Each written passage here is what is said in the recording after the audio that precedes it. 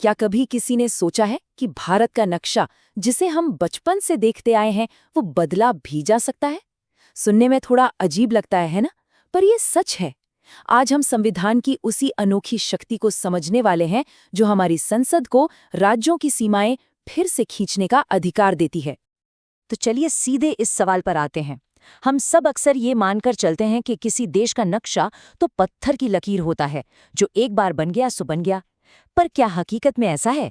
चलिए आज इसी सोच को थोड़ा कुरेदते हैं। असलियत तो ये है कि भारत के मामले में ये नक्शा पत्थर की लकीर बिल्कुल भी नहीं है। देश की अंदरूनी सीमाएं, यानी हमारे राज्यों के बॉर्डर्स, आज़ादी के बाद से कई कई बार बदले गए हैं। मतलब ये नक्शा बिल्कुल भी परमानेंट नहीं है। तो फिर सवाल उठता है कि ये ताकत, ये शक्ति आती कहाँ से है? कौन है जो किसी राज्य को छोटा बड़ा कर सकता है या एक नया राज्य ही बना सकता है? तो चलिए अब इस शक्ति के सोर्स का पता लगाते हैं। ये सारी ताकत हमारे संविधान के एक बहुत ही खास आर्टिकल से आती है, आर्टिकल 3। अगर आसान भाषा में कहें तो ये आर्टिकल हमारी पार्लियामेंट को ये पावर देता है कि वो देश के पॉलिटिकल मैप को अपनी मर्जी से बदल सके।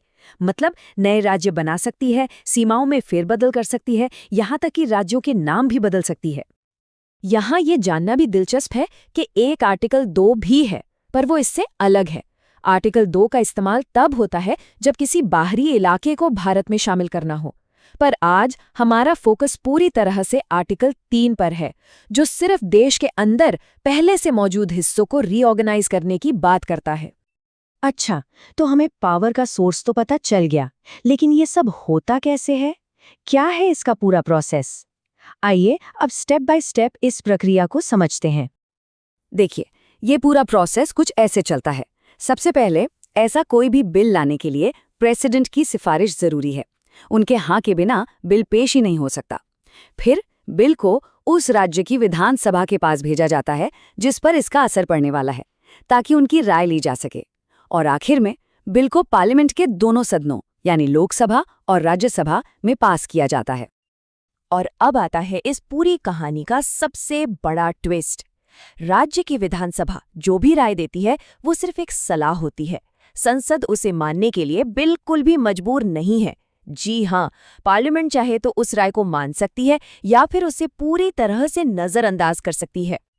और एक और कमाल की बात, इस पूरे प्रोसेस के लिए किसी खास तरह के बहुमत की जरूरत नहीं होती, बस एक सिंपल मेजॉरिटी चाहिए।